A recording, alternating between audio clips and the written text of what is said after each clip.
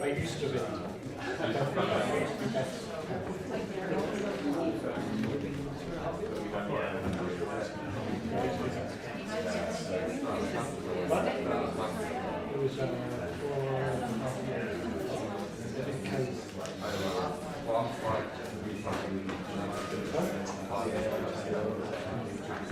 Yeah. No.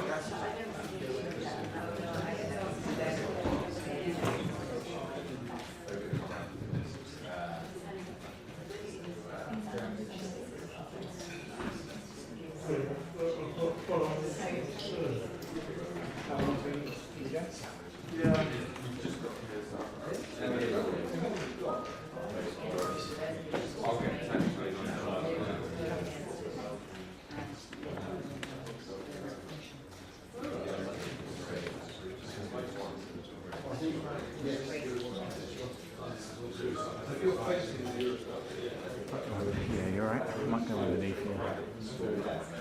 Pretty tight here.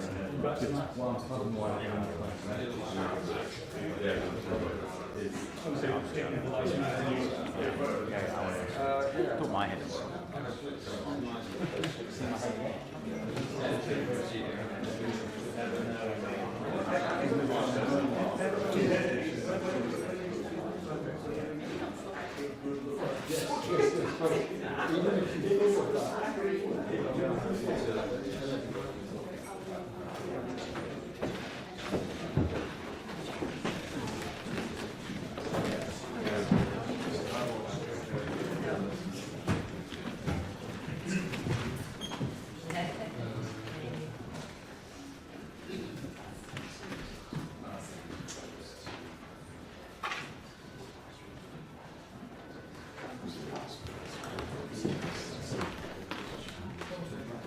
We're trying to remember actually. Bruno will know when was the last time we had a festival? You can't remember. You can't remember.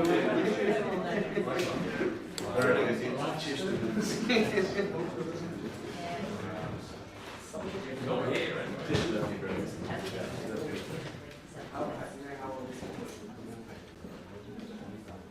Yes, that's right. I think that's one of the reasons because the way they did these houses is because Belgium was very rich at the end of the 19th century. They went to the interiors from Protestants. That's right. So this is a French, and some of the ones as Austrian. Because that's you basically on the colonies. You had just the booming. Was this on ground house? Yes. Well, this wasn't built in the period.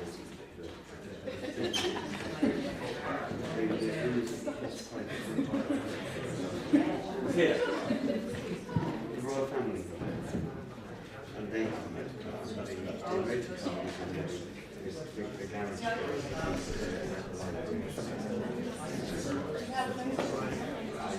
It was when it was private.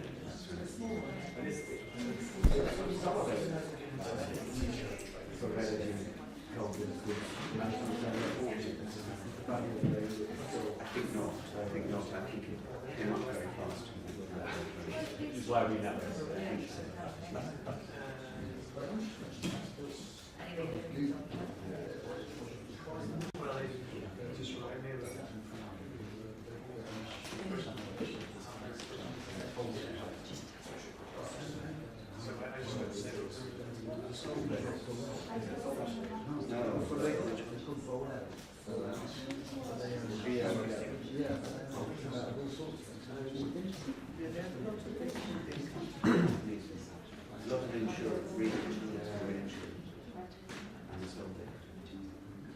And the soul based brothers.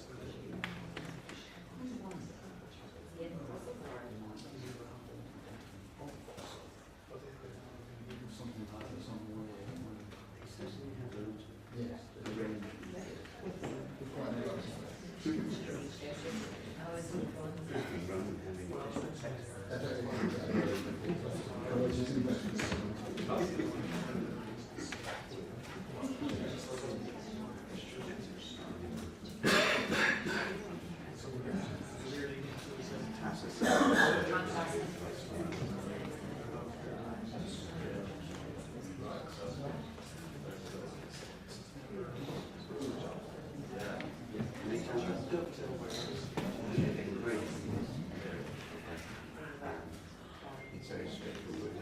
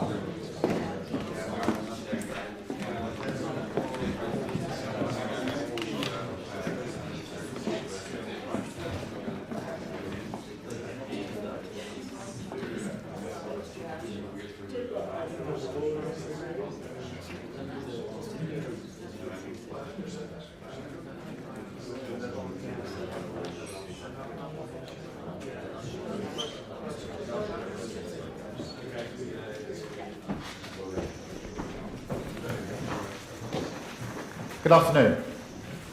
I've just had a very productive meeting with Ursula von der Leyen, President of the European Commission. First, we took part in a call with fellow G7 members where we all condemned Iran's abhorrent attack on Israel last night. We agreed on the importance of Israel's security and right to defend itself in the face of this unacceptable aggression. And we call on all sides to show restraint and avoid escalating further. No one wants a regional war. We also agreed on the urgency of ceasefires in Lebanon and Gaza to allow the space for political solutions. And last night's events have highlighted more than ever that at a time of escalating conflict, including Russia's ongoing invasion in Ukraine, it is vitally important that we ensure we work ever more closely with our partners and allies in the pursuit of peace and security. Ursula and I have agreed that we can do more together in a few key areas in particular: promoting growth and prosperity, working together on shared challenges like climate change, energy security and illegal migration, and strengthening our shared security and stability. So we're putting our relationship with Europe on a more solid, stable footing. That's what the British people want: a return to pragmatic, sensible leadership when it comes to dealing with our closest neighbours, because they know that this matters for growth, for jobs and for security. The detailed work to take this forward starts now. We've agreed to hold regular UK-EU summits at leader level to review progress, starting with a summit in the first half of next year. Now, of course, there will be issues which are difficult to resolve, and on areas on which we will stand firm. There will be no return to freedom of movement, no return to the customs union, no return to the single market. But we will find constructive ways to work together and deliver for the British people. And now I'd like to take some questions, I think, starting with Katya.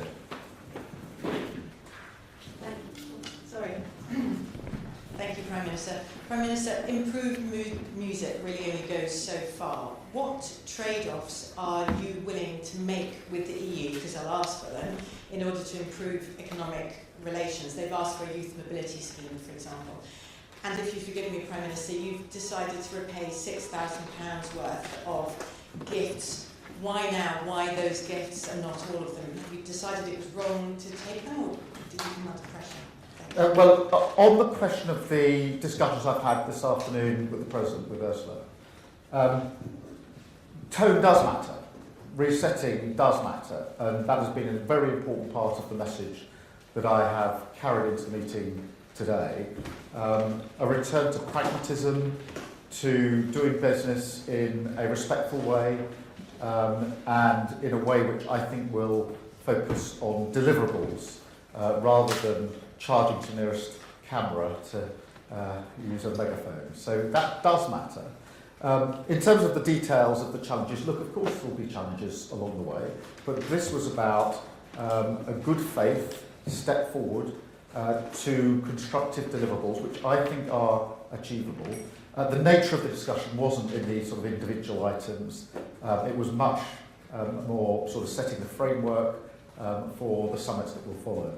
In relation to your second question, look, we came in as a government of change. We are now going to bring forward principles for donations because until now politicians have used their best individual judgment on a case-by-case basis. I think we need some principles of general application. So I took the decision that until the principles are in place, it was right for me to make those repayments. Thank you. I'll go to Adam. Thank you. Adam Parsons from Sky News.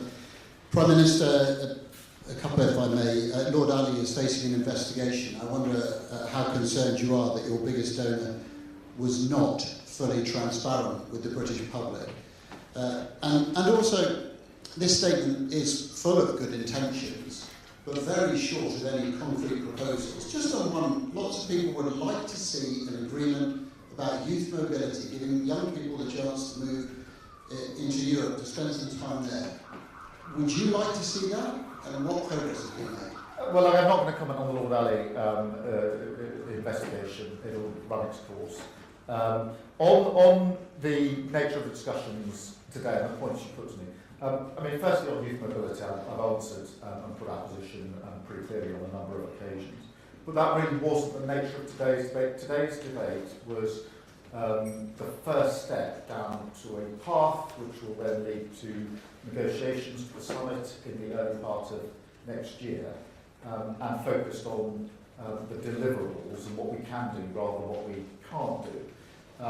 But by its very nature, it was not a discussion that went into the details at this stage. It was about setting the parameters, setting the tone, agreeing how this would be done, and the sort of milestones, if you like, along the way. And in that sense, it was very constructive, positive, and with evident good faith on both sides. Thank you very much.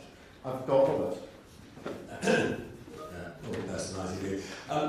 Prime Minister, the Israeli Prime Minister has said that he will retaliate against Iran.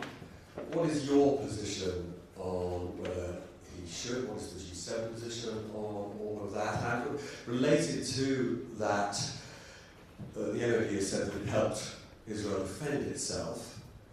Are there circumstances in which British forces would help with an attack on Iran? And then just briefly on this issue of repayment. British voters will see your repaying £6,000 plus of gifts as an admission by you that you were wrong to accept those gifts. Are you saying you made a mistake? Look, on the question of Iran, I mean, we have condemned in the strongest terms the attack by Iran last night. And it is not to be tolerated. And I think it's very clear that we stand firm with Israel. Israel does have the right to security. Israel does have the right to defend herself. And that is absolutely clear. I'm not going to get drawn further than that. And nor to get drawn on the role of our own service personnel last night. Obviously, in April, we saw the role was taken, but I'm not going to get drawn beyond that. But that is not any indication that we're going any further on this occasion. On the repayment, I can't say more than I did. We're going to drop some principles until they're in, which will guide everybody. Until they're in place, I've got the right to repay these particular payments. That's the long and short of it. Thank you. Olivia. Olivia, GE News. Just on the specifics of a potential reset deal with the EU, can you rule out granting EU fishing access to UK waters, and also briefly on this £6,000. Would you consider paying back any more money? On the question of fish, etc., again, that wasn't the nature of the discussion today. This was very much a discussion at leader level to set the tone, set the ambition, to make clear we were focused on deliverables, to set in place how we would go about these discussions and where we thought the appropriate timelines were, starting with the summit in the early part of next year, which obviously gives a sort of marker as to when we accept some progress to be made by. But we were not, it wasn't in the nature of the discussion about some issues, which will have to be part of the discussion, of course. But the question is about the tone and the good faith. In relation to the repayments, I can't add to the answer I've given twice now. Thank you. Bruno. I'm going to come back to the fishing. I know you didn't talk about it today, just because you gave us some categorical assurances on free movement, customs union, and the rest. So I'm looking for a couple of categorical assurances. Will Britain hold the line on marine protection areas, bans on bottom trawling? We know that the French are unhappy with that. Can you give us a categorical assurance that Britain won't overturn the sand eel fishing ban in the North Sea that the EU is demanding that Britain drops? Thanks. Yeah, I mean, look, on the first point you make, the red lines that we have set out, and we've been very open and public in relation to them, and they set the parameters of the debate that we can have, but I do think that we can be ambitious, and I do think we can make progress. And today was about making sure that, as it were, from the very get-go, both sides are agreed that we want to act in good faith, we want to make progress, we want to live rules, and we want it to be constructive. The issues you raised, marine issues, etc., that literally was not the nature of the discussion today. I'm not suggesting that these things won't at some stage need to be addressed, of course they will. But that wasn't what today was about. And I hope not to disappoint, but in the past, I'm not sure the sort of running commentary assisted this process, and therefore we'll probably a bit less of it as we go through it this time around. Thank you very much. And then Max Delaney. Thank you very much, Prime Minister. Max Delaney, AFP. You just spoke about peace talks being the beginning of a long path towards negotiations, towards a reset. Can you admit now that your much vaunted reset with the EU is not going to be easy, it's not going to be quick, and it's not going to be particularly extensive after all? And then on the second issue, on youth mobility, are you sacrificing the opportunities for British youth on an altar of freedom of movement and a refusal and wanting lower immigration figures? Well, Max, if you're putting to me that there are going to be challenges we'll have to deal with, then of course I'd say that. That is obvious. But I think when acknowledging there are going to be challenges is a good thing up front. A lot of it is to do with the tone and the intent and the good faith, and in a sense today was as much about turning the page on the old way of doing these negotiations and starting a different way of doing it, a much more constructive way of doing it. Doesn't mean the challenges aren't there, it doesn't mean it's going to be easy. On the timing, look, we are putting in place milestones in order to make sure that we make progress, and therefore, we will hope to keep those timetables, and that means we'll be heading for this summit in the early part of next year.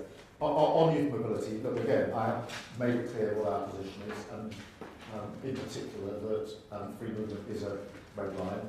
But today wasn't about those individual issues. It was about the way in which we will conduct these negotiations, and the emphasis was on what we can do, not what we can't do, and on deliverables rather than sort of running commentary. Thank you very much for being here. Thank you for your question.